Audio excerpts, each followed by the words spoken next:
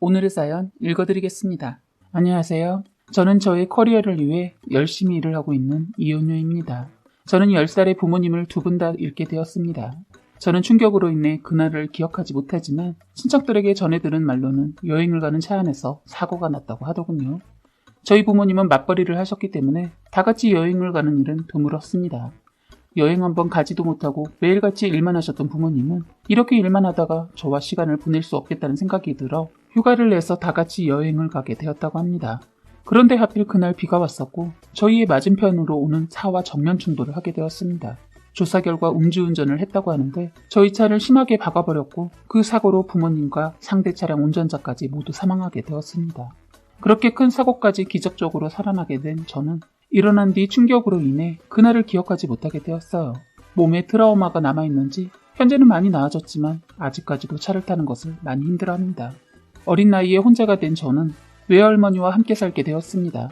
친척들은 저를 맡아서 키우는 것을 꺼려했고 결국 나이가 많으신 외할머니가 저를 맡게 된 것이었죠. 부모님과 함께 살던 삶에서 외할머니와 단둘이 사는 삶으로 바뀌는 것은 적응하기 힘들었지만 시간이 지날수록 외할머니께 정말 많이 의지했던 것 같아요. 저는 빨리 사회에 나가 외할머니의 부담을 줄여드리고 싶어 상고를 졸업한 뒤 성인이 되자마자 바로 취업을 하게 되었어요. 처음 받은 월급으로 외할머니와 레스토랑에 가서 소고기를 썰어보았던 기억이 나네요. 저는 좋은 기회로 좋은 회사에 들어가게 되어서 연봉이 조금 높았거든요. 사회생활을 하던 중 저는 6년 정도가 지나고 지금의 남편을 만나게 되었습니다. 남편은 다른 회사 직원이었는데 업종이 같다 보니 계속 마주치게 되었어요. 남편의 성실하고 예의 바른 모습을 보고 호감을 느끼던 중 남편의 고백을 받게 되어 사귀게 되었습니다. 저는 남편을 외할머니께 소개시켜드렸고 정말 마음에 들어 하셨어요. 남편과 할머니의 첫 만남 후 남편이 집에 가고 나서 할머니가 남편에 대해 말씀하시더라고요. 내 엄마 아빠가 봤으면 정말 좋아했겠다. 지금까지 본 사람 중에 제일 괜찮은 사람 같아. 나는 할머니 마음에만 들었으면 됐어요. 그래, 할미 죽기 전에 빨리 결혼해. 우리 손녀딸 결혼하는 건 보고 죽어야지. 그런 말 좀 하지 마. 난 할머니랑 평생 살 거야. 예전에 사귀어왔던 남자친구를 소개할 때 결혼 얘기는 한 번도 꺼내지 않았던 할머니가 이상하게 그 사람과 만난 이후로 계속 결혼 얘기를 꺼내더라고요. 하지만 결혼이라는 게 서로 어느 정도의 안정이 되었을 때 해야 하고 남편과 저도 준비가 아직 덜 되었다고 느꼈기 때문에 결혼을 조금 미뤄왔었습니다. 그러던 중 할머니가 돌아가시게 되었어요. 그제서야 할머니가 곧 있으면 자신이 돌아가실 걸 알고 계속 재촉하셨던 거구나 깨닫게 되었습니다. 제 삶의 기둥이자 이유였던 할머니가 돌아가시고 정말 힘들었어요. 저에게 가족이라고 할 수 있는 사람이 할머니뿐이었는데 할머니마저 제 곁을 떠나니 안 좋은 생각이 계속 들었습니다. 그래도 그런 저를 옆에서 진심으로 보살펴주고 안 좋은 생각이 날 때마다 제가 말을 하지 않아도 남편은 제 기분을 풀어주더군요. 그 모습을 보고 결혼을 결심하게 되었습니다.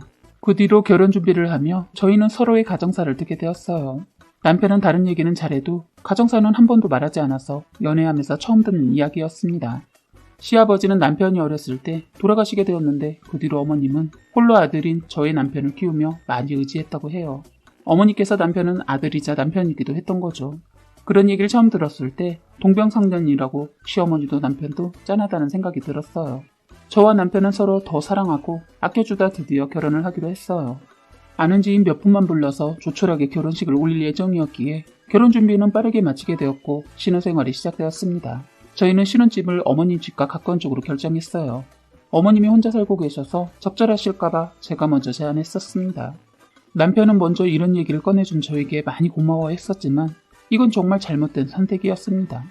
저희는 결혼을 하고 난 뒤 서로의 커리어를 존중하여 직장은 그만두지 않고 집안일을 서로 나누어 하기로 했었어요. 이런 얘기들은 저희 부부만의 약속과도 같은 것이기 때문에 어머님에게는 따로 말씀드리지 않았습니다. 어느 날 어머님이 저희가 퇴근하는 시간에 맞춰서 저희 집에 놀러 오신 거예요. 저희는 어머님을 기쁘게 반겼고 맛있게 저녁을 먹었습니다. 그날 설거지 당번은 남편이었기 때문에 저희가 저녁을 마친 뒤 남편이 고무장갑을 끼고 설거지를 하기 시작했어요. 그런데 갑자기 어머님이 화를 내시는 겁니다. 지금 뭐 하는 거냐? 네, 어떤 거요? 석현이가 왜 부엌에서 설거지를 하고 있는 거야? 아, 오늘 저 사람이 설거지 당번이거든요. 그건 또 뭐야? 나도 내 아들 손에 물 한 번 묻혀본 적이 없는데 설거지를 왜 시켜? 갑자기 화를 내시는 어머니 때문에 저희 부부는 당황했고 저는 너무 놀라서 말을 못하고 있었고 남편은 어머님을 말리며 어머님 집에 데려다 드렸습니다. 그날 밤 남편이 어머님 집에서 돌아오고 저희 집에서는 정막이 흘렀어요. 그러다가 제가 먼저 말을 꺼냈습니다. 자기야, 어머님 자기 집안일 하는 거 싫어하셔? 집에서 못하기는 했는데 이렇게까지 싫어할 줄은 나도 몰랐네. 우리 집안일 당번으로 맞춰서 하는 거 얘기했어? 응. 어머님이 뭐라고 하셔? 너가 일 그만두고 집에서 집안일을 했으면 좋겠다고 하시더라고. 그건 조금 아닌 것 같아. 솔직히 내가 돈도 더 많이 벌잖아. 그 얘기가 왜 나와? 에이, 갑자기 왜 그래? 그러면 어머님 오신 날에는 내가 설거지 할게. 대신 그날 내가 해야 하는 집안일은 어머님 가고 자기가 하는 거야. 그래. 이렇게 저희는 어머님과 부딪히고 싶지 않아서 어머님이 오신 날에는 최대한 남편이 집안일을 하는 것을 안 보여주기로 했어요. 그런데 그날 이후로 계속 어머님이 저희가 퇴근하는 시간에 맞춰 오시는 거예요. 자동적으로 저는 매일같이 설거지 당번을 하게 되었습니다. 어머님은 그냥 심심해서 놀러 왔다고 하시긴 했지만 혹시라도 남편에게 집안일을 시킬까봐 감시를 하려고 오신 것으로 보였어요. 하루는 어머님을 보내드리고 남편이 세탁기에서 빨랫감을 꺼내고 있었습니다. 근데 갑자기 초인종이 울리는 거예요. 제가 인터폰으로 대답을 하니 놓고 가신 물건이 있어 다시 오셨다고 했어요. 남편은 세탁실에 있어서 초인종 소리를 듣지 못한 상태였습니다. 어차피 세탁실에서 거실까지 거리도 있고 어머님이 물건만 다시 가지고 가실 거니까 괜찮겠지라는 생각으로 남편에게 말하지 않고 문을 열게 되었습니다. 어머님은 거실상 아래쪽에 지갑을 두고 가셨던 것이었어요. 그래서 저는 현관문에 서 계시는 어머니에게 지갑을 다시 드렸습니다. 어머님이 남편이 어디 있냐고 물어보시길래 세탁기 있는 베란다에 있다고 했어요. 저희 베란다에는 세탁기만 있는 게 아니라 남편이 키우고 있는 작은 텃밭이 있습니다. 남편이 식물을 키우는 것을 좋아하기 때문에 아마 거기서 시간을 보내고 있다고 생각하시는 것 같았습니다. 그런데 하필 그때 남편이 세탁실에서 빨랫감을 꺼내왔어요.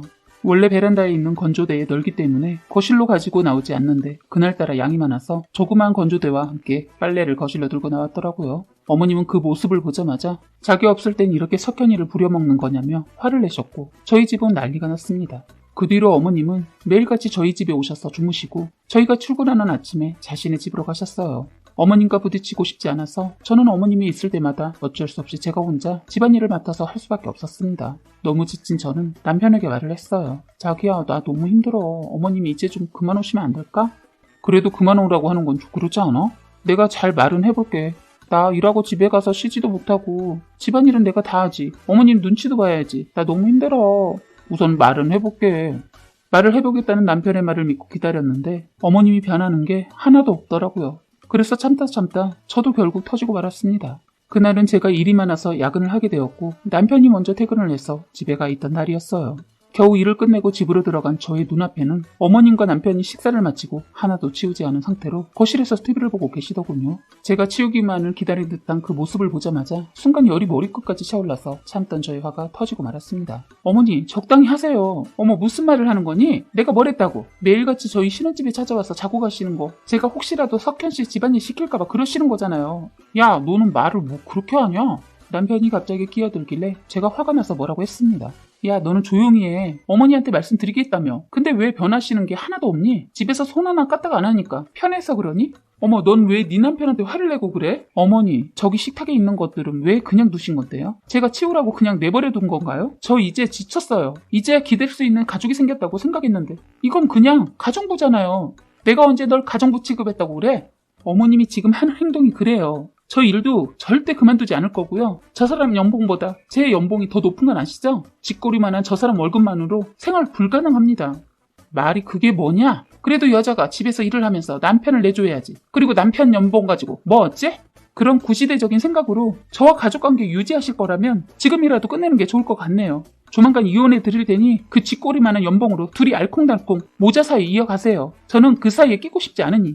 이렇게 저는 마지막이라는 생각으로 집을 그대로 나오는데 남편이 저를 잡았어요. 순간 남편이 더 밉다는 생각에 너 우리 엄마가 늘 이런 식으로 우리 집에 와 계시고 너 일 다녀와서 쉬지도 못하게 계속 집안일 한다고 생각해봐. 너무하다는 생각 안 해? 내가 지금 친정이 없다고 무시하는 거야? 난 절대로 그런 거 아니야. 사실 편하긴 해서 좀 즐겼다. 그게 이혼 얘기가 나올 정도야? 난 이제 지쳤거든. 지금 아니면 평생 두 사람 뒤치다꺼리하고 살 것 같아. 나도 집에 얼른 오고 싶고 쉬고 싶은 공간이 됐으면 좋겠어. 이제 나에게 집은 일거리로밖에 안 보여. 난 너의 엄마도 가정부도 아니야. 어머니도 똑바로 들으세요. 전 이 사람과 결혼한 거지 어머니와 이 사람 수발 들려고 결혼한 거 아니에요. 예전에는 어머님이 그러고 살았겠지만 지금은 시대가 변했고 여자도 남자보다 충분히 더 능력 있는 사람들 많아요. 어머니도 여자면서 왜 그러세요? 이렇게 말하니까 시어머니가 발끈하셔서는 네가 내 아들보다 돈 더 잘 번다고. 지금 유세야? 난 절대로 내 아들이 손에 물 묻히는 거 못 본다. 친정이 없으니까 보고 자란 것이 없어서 저러는구만. 이래서 제대로 보고 자란 집에 장가 보내려고 했건만 어디서 재수 없는 것이 걸려서. 그래서 저를 무시하고 그렇게 우습게 알았어요? 친정이 없다는 이유로 쉽게 본 거였어요? 그래서 지금까지? 더 이상 말을 하면 울 것만 같아서 먼저 화를 누르고, 그럼 어머님이 평생 아들 손에 물 안 묻히게 데리고 사세요. 저는 자기 편하자고 우유부단하게 갈팡질팡하는 놈 필요 없으니까요.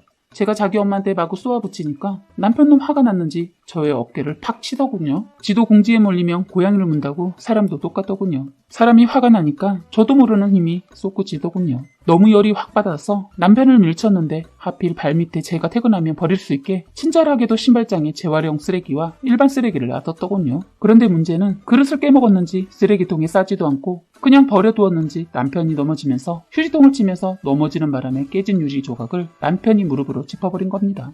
한순간에 일어난 일이었습니다. 시어머니 고함을 지르더니 저에게 갑자기 달려들었습니다. 성난사자처럼 달려들길래 제가 살려고 그런 시어머니 밀쳐버리고 그냥 나와버렸습니다.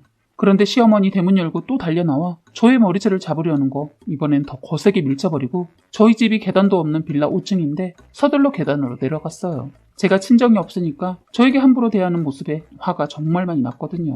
아파 죽겠다는 시어머니 뒤로하고 차를 타고 나왔는데 갈 곳이 없어 그냥 차에서 잤습니다. 아무것도 생각하고 싶지 않아 핸드폰도 끄고 자고 일어나 꺼진 폰을 아침에 켜보니 전화 기록이 엄청나게 있더군요. 시어머니 들어와서 무릎 꿇고 사과를 안 하면 이혼은 절대 없다고 하시더군요. 그래서 마주하고 싶지 않아서 모두 무시하고 이혼 소송을 준비했습니다. 두 번 다시 보고 싶지 않은 사람들과 마지막 대면을 했는데 그들을 보는 순간 온몸에 소름이 돋더군요. 법정은 다행히 저의 편을 들어주어 끝나게 되어서 이제 완전히 남남 사이가 되었습니다. 저에게 다시 사랑이 온다면 시어머니가 제발 며느리를 딸처럼은 아니어도 며느리를 아들의 노예로 생각하지 않았으면 하는 바람입니다. 아들이 병신도 아닌데 왜 이렇게 며느리가 수발을 들기 원하는 걸까요? 사연은 여기까지였고요. 구독과 좋아요, 알림 설정 부탁드리겠습니다.